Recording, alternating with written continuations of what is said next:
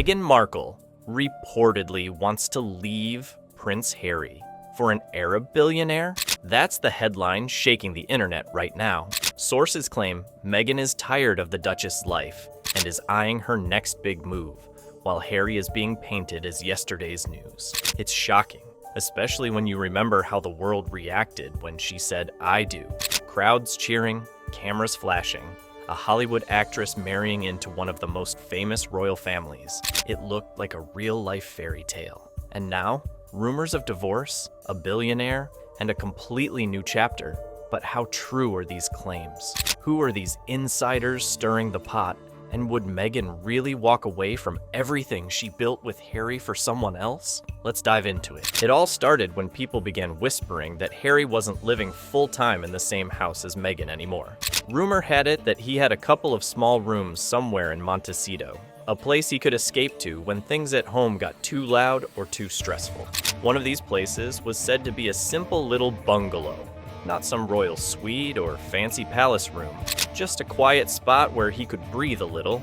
People joked he needed time off, like he was taking a break from a job, not a marriage. And honestly, that's where the whole story of things falling apart slowly began.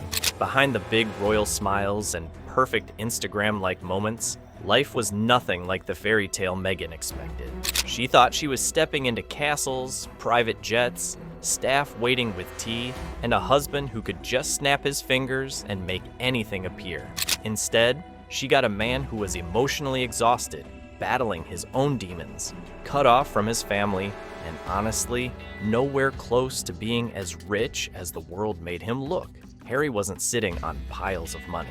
His inheritance was tiny compared to other royals, and once he left the firm, most of the perks disappeared overnight. This mismatch between dream and reality created the first cracks. When they left the royal family, it wasn't just a big scandal. It was also a huge financial shift. Meghan expected yachts. She got a giant Montecito mortgage. She thought she'd be living in endless luxury. Instead, she was living in a house that came with bills so big they probably needed their own calendar reminders. And while she imagined royal-level comfort, Harry was just trying to figure out how to keep everything together without a family system backing him. People close to the couple started noticing signs. Professionally, they had to separate because their brand became, well, toxic. No one wanted Harry and Meghan as a package deal anymore. Companies didn't know whether to work with them or avoid the drama. They became radioactive, and everyone was scared their names would attract backlash. So Meghan, who had dreamed of a princess life, found herself stuck in something that felt more like an intense low-budget movie. Sadness, stress, public hate, and failing projects. She didn't want cracks in her story. She didn't want flaws. She wanted perfection, attention, and power. But reality was not listening. Meanwhile, the public was split. Some hoped they'd stay together because of the kids. Others said Meghan had already gotten what she came for. The title, the fame, the global attention, all checked off her list. She had Netflix deals, magazine covers, and a shiny Duchess introduction she could use anywhere. She accomplished all the things people said she wanted. But now the question became, what next? With the shine fading, the couple was no longer Hollywood's favorite power duo. Their influence was shrinking, their projects were failing, and the elite groups Meghan always craved were slowly backing away. She wanted the princess life, but without the royal income and security, the reality didn't match the fantasy. Harry looked stressed, tired, and more lonely by the day. Rumor after rumor kept popping up, but nothing solid ever came out. Still, the whispers got louder. Insiders started saying Meghan was restless again. She needed a new story, a new angle, a new role. For her, staying relevant wasn't just fun, it was oxygen. And when oxygen runs low, people look for emergency exits. She started showing up at events she didn't usually attend, exclusive tech gatherings, charity galas where billionaires casually signed checks bigger than movie budgets, private retreat-style conferences, all the places where the richest of the rich like to be seen. Her name started floating around with whispers like networking and new opportunities. Rumors swirled that she was getting close to powerful business giants, tech billionaires, telecom owners, finance moguls. People who had the type of money Meghan once imagined Harry had. One rumor even linked her to a tech billionaire who has a history of dating glamorous Hollywood women. Another rumor brought up Ted Sarandos, the Netflix boss who once called her a rock star. Was it just business? Was it something else? No one knew. But people who knew Meghan said she understood one thing very well. Being close to power opens doors. And when your brand is slowly fading, those billionaire circles start to look like lifeboats. Meanwhile, Meghan's personal projects weren't doing any favors for her reputation. Her Netflix cooking show? People roasted it. Critics said it looked nice, but had no real personality. The clip where she sliced a pineapple like she was teaching aliens how to cook? Yeah, that became a meme pretty fast. People made fun of it so hard the team reportedly cut huge sections of footage because it was too boring. Her podcast didn't survive either. Spotify ended the contract early, saying it didn't meet expectations. A very polite way of saying, this didn't work at all. Meghan wanted to come across as inspiring, but instead she came off as overly polished and disconnected from real people. Each failure added more pressure. PR teams couldn't patch things up fast enough.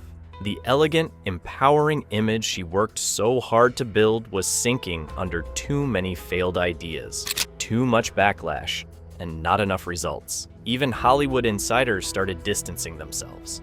Brooke Shields roasted her on a podcast. Oprah stopped publicly supporting her. The Obamas drifted away. Tyler Perry, the guy who once gave them a mansion to stay in, made subtle comments that hinted at tension. And then Montecito, her dream neighborhood, started whispering too. People around her began finding her too curated, too rehearsed, too obsessed with appearing perfect. In a town where wealth is normal and authenticity is valued, people felt Meghan was trying too hard. And trying too hard is social death in rich circles. Then there was Harry. Poor Harry seemed like a man stuck between who he used to be and who he's trying to become. He gave up his entire world, the military, the royal family, traditions, titles, his home, for a life in California. But instead of peace, he got therapy talk, awkward public moments, and a sense that he wasn't the main character anymore. Meghan was always front and center. Harry became the supportive background guy, nodding during interviews, smiling at events, and barely speaking. Friends whispered he was isolated, homesick, and trying to stay positive while everything around him kept falling apart. And with rumors of Meghan eyeing rich businessmen, the fear became, what happens to Harry if she decides she's had enough? That's when Megyn Kelly dropped a bomb. She said, if Elon Musk gave Meghan a second look, Harry would be history by breakfast. Harsh, yes, but people took it seriously. The internet ran with it, memes everywhere, and once again, the billionaire rumors exploded. Names of global tycoons started appearing in gossip circles. People said Meghan was looking for someone bigger, richer, more powerful, someone who could give her the lifestyle she once imagined. The kind of man who didn't need Netflix deals to stay rich. The kind who owned islands, not mortgages. The biggest name of all was Elon Musk. No one actually believed he was interested, but the fact that Meghan's name was even being paired with his showed one thing. She was re-entering billionaire hunting territory. But then came the irony of all ironies. Meghan left the royal family to be free from rules, press control, and palace pressure. She wanted to live life on her own terms. But what she didn't realize was that being royal came with benefits she now missed deeply. The royal brand was unbreakable. It gave automatic headlines, security, protection, and global relevance. She walked away from all that thinking Hollywood would give her more. But instead, Hollywood gave her a harsh reality check. Her deals dried up, her influence faded, her brand cracked. Even her charity work didn't shine without the royal sparkle. Everything became harder, more expensive, and more stressful. She wanted freedom, but freedom came with bills. And without the crown covering everything, she was suddenly responsible for her lifestyle. And that lifestyle wasn't cheap. The biggest blow came when her stats, views, ratings, audience numbers all started dropping. Hollywood doesn't forgive drop-offs. Once the numbers fall, so does the interest. And that's when divorce whispers started getting louder. Insiders claimed Meghan wasn't seeing this as a failure. She was seeing it as leveling up. They said she was planning her next chapter, something new, something bigger, something more her. She changed careers before, actress to royal, royal to activist, activist to entrepreneur, and now, supposedly, she wanted a fresh track, something that didn't involve sharing the spotlight or carrying Harry's emotional weight. Some sources even said her team was preparing an exit strategy. No lawyers yet, but the energy in her circle was shifting. She wanted a new storyline, something exciting, something powerful, something richer. Because to Meghan, the next upgrade wasn't a breakup, it was a rebrand, and the timing, according to insiders, would be perfect.